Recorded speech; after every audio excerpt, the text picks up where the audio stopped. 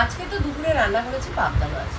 আর আমি যখন পাবদা মাছ রান্না করছিলাম তখন আমি বলেছিলাম যে গরম জল দিয়ে আমি পাবদা মাছ ধরবো। তা সেখানে তোমরা অনেকেই বলেছো যে পাবদা মাছ গরম জল দিয়ে কে ধরে, কোনোদিন শুনিনি।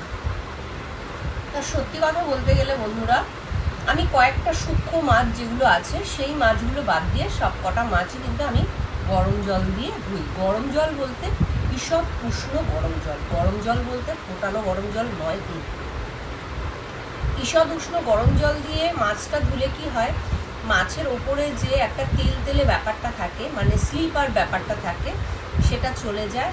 আর মাছটা দিয়ে অনেক সময় দেখবে ঠিকঠাক ধোয়া না হলে একটা আষ্টে গন্ধ ছাড়ে, সে যে মাছই হোক না কেন, পাবদা মাছ হোক বা যে কোনো মাছ।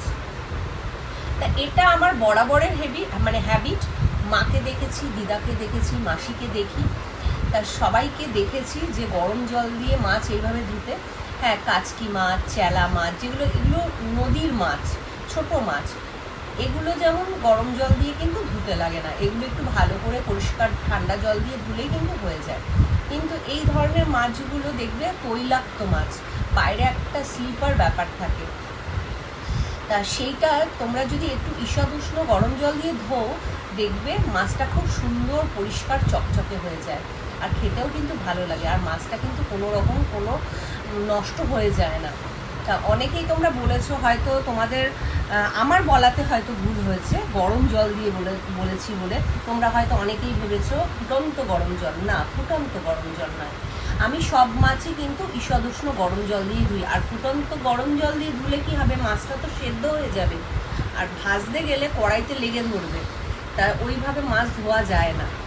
হ্যাঁ, আমি ভিডিওটা বানাতাম না, কিন্তু তোমরা সবাই ওখানে কমেন্ট করেছো বলেই আমি এই একটা ভিডিওর মাধ্যমে সবাইকে আমি উত্তরটা দিতে চাই। তবে যেমন চিংড়ি মাছও কিন্তু আমি গরম জল দিয়ে ধুই না, এমনকি পমফ্রেট মাছও কিন্তু আমি ঈষৎ উষ্ণ গরম জল দিয়েই কিন্তু ধুই। মানে যা কিছু মাছ, ওই বললাম না, কয়েকটা সূক্ষ্ম মাছ ছাড়া বাদ বাকি সব মাছই গরম জল দিয়ে ধুয়ে তারপর রান্না করি। হ্যাঁ, যদি বলো যে এটা তোমার বাজে অভ্যাস, হ্যাঁ বাজে অভ্যাসই।